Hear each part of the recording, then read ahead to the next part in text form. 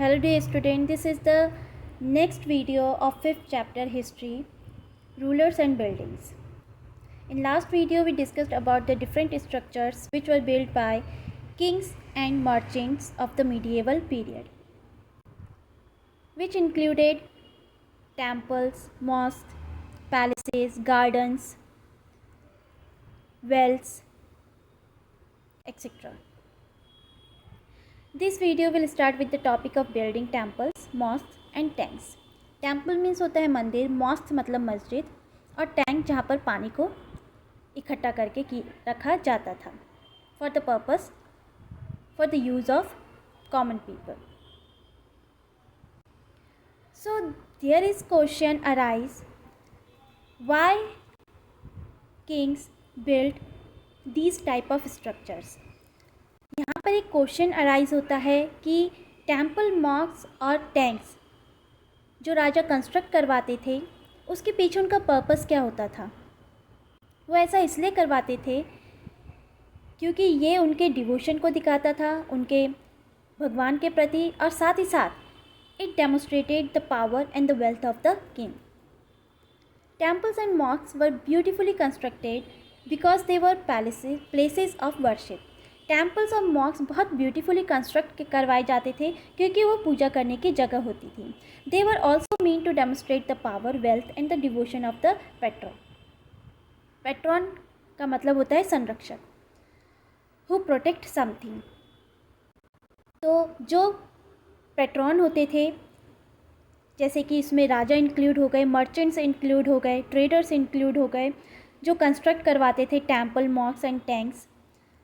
तो वो जब ये कंस्ट्रक्ट करवाते थे तो इसका मतलब होता था कि वो अपनी पावर, वेल्थ को डेमोन्स्ट्रेट करना चाहते हैं, लोगों को दिखाना चाहते हैं कि उनके पास कितना पावर और कितनी वेल्थ है, और साथ ही साथ उनकी जो भक्ति थी भगवान के प्रति वो उसको भी दिखाना चाहते थे.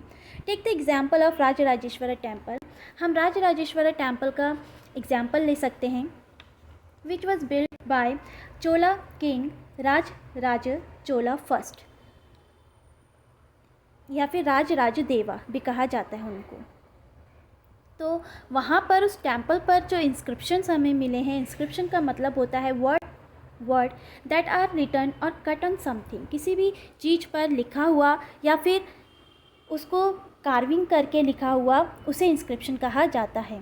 तो राजराजेश्वर टेम्पल में जो इंस्क्रिप्शंस मिले हैं उसमें ये बताया गया है कि that temple was build by king Raj Deva for the worship of his god Rajeshwaram.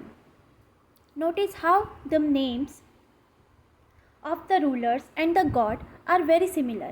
यहाँ पर हम एक चीज़ नोटिस कर रहे हैं कि किस तरीके से राजदेवा और राजेश्वरम सिमिलर नेम हैं, एक दूसरे को रिजेंबल कर रहे हैं. The king took the god's name because it was auspicious and he wanted to appear like a god. अब जो राजा होते थे उनके नाम सिमिलर होते थे भगवान के नाम से जिनकी वो पूजा करते थे.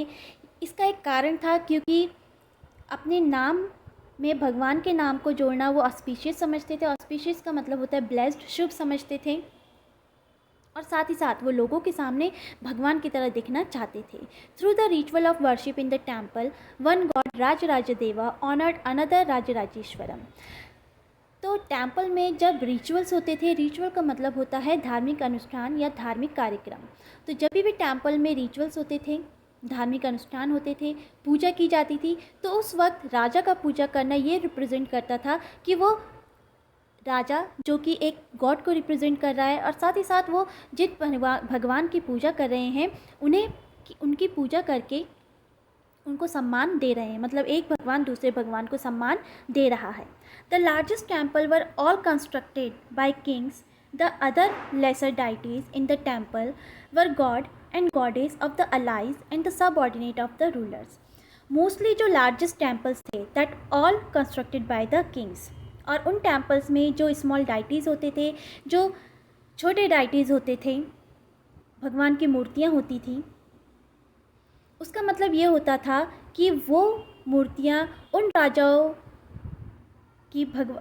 के भगवान होते थे जो कि मेन राजा द्वारा बनाए गए टेम्पल से जुड़े हुए होते थे, जैसे कि उनके थ्रू संधि करके जुड़े हुए या फिर उनके अधीन राजा होते थे। The temple was miniature model of the world ruled by king and his allies. जो टेम्पल था वो एक मिनिएचर था। मिनिएचर मॉडल मतलब एक छोटा रूप था संसार का, जो कि राजा उसे चलाता था। जिस तरीके से पूरे संसार को भगवान चलाते हैं, तो टेम्पल क्या रिप्रेजेंट करता था लोगों के सामने? एक छोटा मॉडल संसार का, ruled by king and his allies. जो राजा और उसके साथ जुड़े हुए जो दूसरे राजा थे, जो उसके सबऑर्डिनेट थे, उसके अधीन राजा थे, उनको उनके थ्रू उस टेम्पल को चलाया जाता था।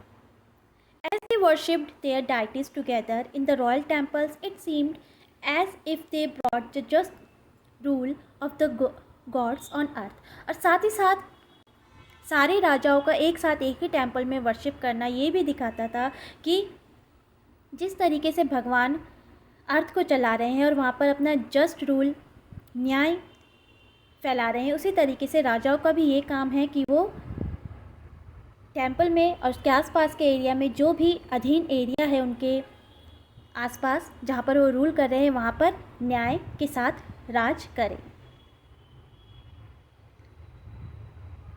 तो इस तरीके से जो हिंदू राजा थे, हिंदू किंग्स थे, टेम्पल बनाने के पीछे उनका ये मकसद होता था। Muslim sultans and pashas did not claim to be incarnation of God, but Persian court chronicles describe the sultan as the shadow of God। जिस तरीके से हिंदू राजाओं ने अपने आप को रिप्रेजेंटेटिव माना भगवान का, लेकिन यहाँ पर जो मुस्लिम हम सुल्तान्स की बात करें, वो इनकारनेशन का मतलब होता है अवतार। वो अपने आप को भगवान का अवतार नहीं समझते थे। बट पर्शियन कोर्ट क्रॉनिकल्स, लेकिन जो पर्शियन कोर्ट क्रॉनिकल्स थे वो सुल्तान को भगवान की परछाई मानते थे। And inscription in the Quwwatul Islam mosque explain that God chose Alauddin as a king because he had the qualities of Moses and Solomon. और इसका एग्जाम्पल हम देख सकते हैं एक इंस्क्रिप्शन में क्वातल इस्लाम के, जो कि एक मस्जिद है दिल्ली में।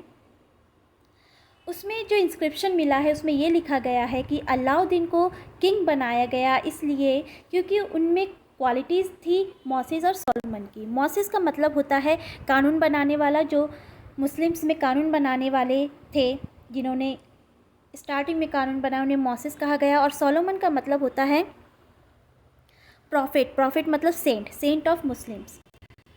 तो इस तरीके से क्वातल इस्लाम मॉस्क में जो इंस्क्रिप्शन मिला उसमें ये लिखा गया है कि अलाउद्दीन में मोसेस और सोलोमन की क्वालिटीज़ थी, इसीलिए उसे राजा बनाया गया। The great law givers of the past, the greatest law giver and architect was God himself. और जिस तरीके से भगवान खुद में एक आर्किटेक्ट और लॉ गिवर है, he created the world out of chaos and introduced order and symmetry. उन्होंने संसार बनाया है सारे झगड़ों से दूर, और जहाँ पर उन्होंने ऑर्डर का मतलब है यहाँ पर सिस्टम, एक सिस्टम इंट्रोड्यूस कराया है, एक बैलेंस इंट्रोड्यूस कराया है वर्ल्ड में। तो इस तरीके से जिस तरीके से भगवान ने संसार को बनाया है, तो उसी तरीके से अब राजा का भी काम है कि वो अपने एरिया में जहाँ रूल कर रहा है वहाँ पर भी इसी तरीके से काम करे।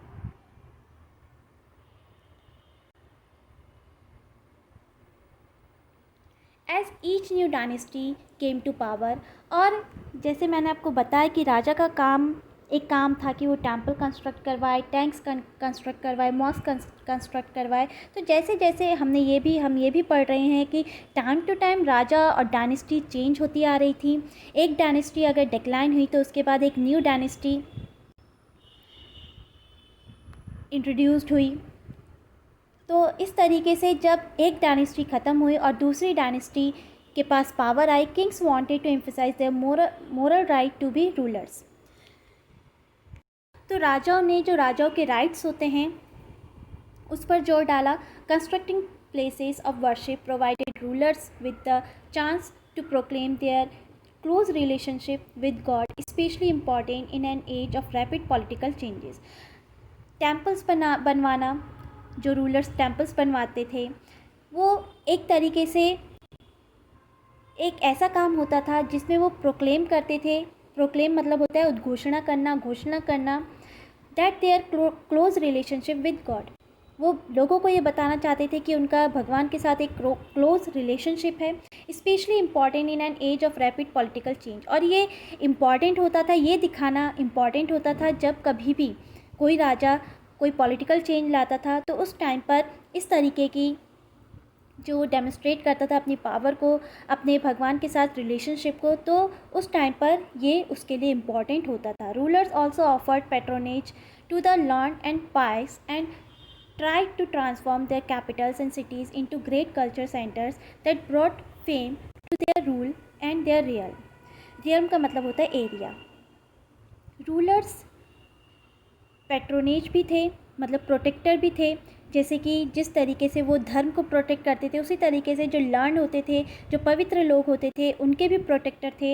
And try to transform their capital and cities, और साथ साथ ये कोशिश भी करते थे कि उनकी जो कैपिटल है और जो सिटीज़ है वो एक हब बने, एक सेंटर बने कल्चर का।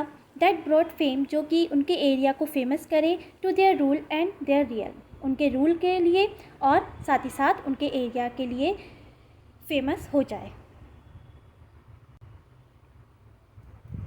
It was widely believed that the rule of a just king would be an age of plenty when the heavens would not withhold rain। और ये विश्वास किया जाता था कि एक जो न्याय करने वाला राजा होता है उसके टाइम पर बहुत खुशहाली होती है। प्लेंटी का मतलब है खुशहाली, और जो आसमान है वो बारिश को नहीं रोक पाता, मतलब बारिश की कोई कमी नहीं होती है। At the same time, making precious water available by constructing tanks and reservoirs was highly praised। और इसीलिए जब राजा कोई टेम्पल बनवाता था तो वहाँ पर रिजर्वॉयर्स भी बनवाता था। रिजर्वॉयर का मतलब होता है जलाशय, तालाब। सुल्तान Iltutmish won universal respect for constructing a large reservoir just outside Delhi ए कुन्हा। सुल्तान इल्तुतमिश को बहुत रेस्पेक्ट दी गई क्योंकि उसने दिल्ली ए कुन्हा के पास एक रिजर्वॉयर बनाया था, एक तालाब बनाया था। इट वॉज कॉल्ड द हौज़ ए सुल्तान और द किंग्स रिजर्वॉयर। उस तालाब का नाम हौज़ ए सुल्तानी था, जिसका मतलब होता है राजा का तालाब। Can you find it map 1 in chapter 3। Chapter 3 में हमने देखा था rulers often constructed tanks and reservoirs big and small for use by ordinary people.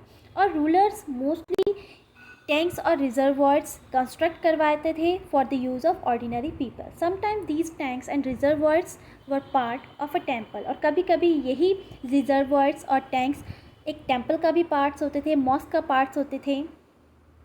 और एक गुरुद्वारा, जो गोल्डन टेम्पल है, वहाँ पर भी हमें एक तालाब देखने को मिलता है। ये इमेज है। तो इसी तरीके से प्रेजेंट डे में भी हमें कई ऐसे टेम्पल्स, गुरुद्वारास देखने को मिलते हैं जहाँ पर रिजर्वॉयर्स होते हैं।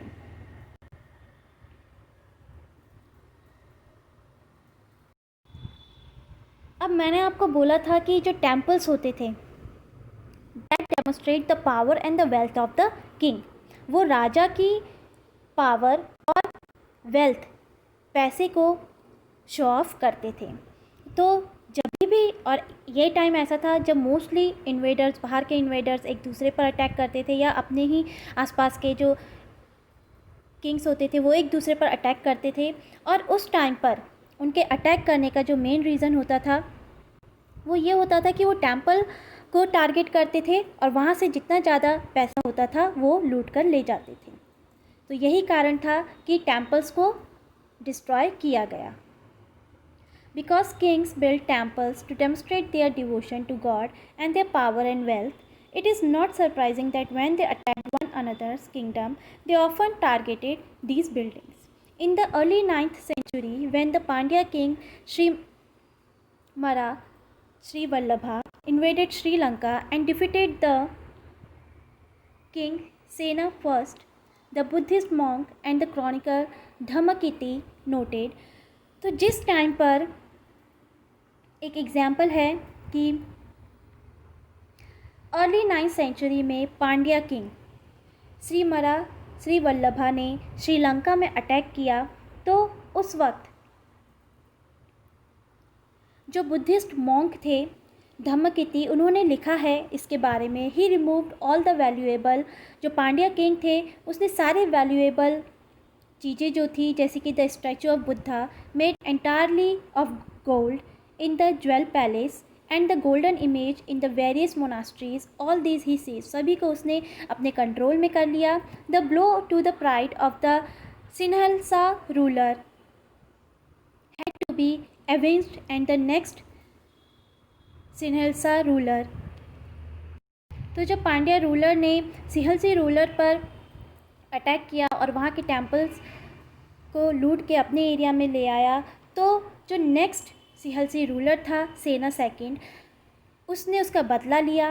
Ordered his general to invade Madurai, उसने अपने जनरल को ऑर्डर किया कि वो मदुरई जाए, द कैपिटल ऑफ पांड्याज, जो कि पांड्याज की कैपिटल थी। The Buddhist chronicle noted that expedition made a special effort to find and restore the gold statue of the Buddha, और जो बुद्ध क्रॉनिकल है उसमें ये बात बताई गई है कि सारे एफर्ट लगाए गए, जितना भी कोशिश हो सकी उस गोल्ड स्टैचू, बुद्धा की जो गोल्ड स्टैचू था उसे पाने के लिए। Similarly in the early 11th century when the Chola king Rajendra first built a Shiva temple in his capital, he built it with prized statue seized from defeated rulers।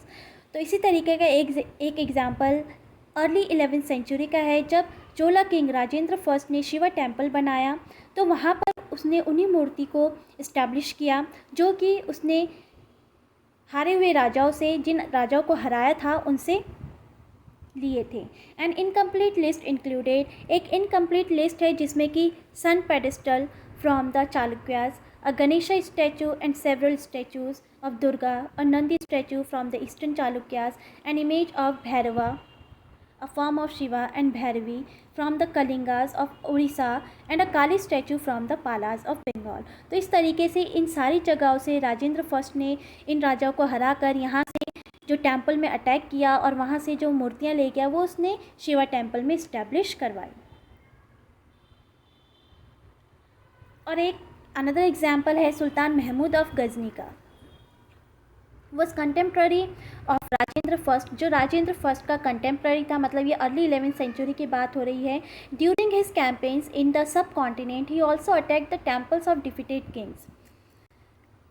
अपने campaigns में अपने जो उसने इन्वेशन किए शुरू किया था उसमें उसने मोस्टली टेम्पल्स पर अटैक किया, जिन राजाओं को उसने हराया था उनके टेम्पल्स पर अटैक किया। And looted there wealth and idols, वहाँ से बहुत सारा पैसा और वहाँ की जो मूर्तियाँ थी उसे लूट के ले गया।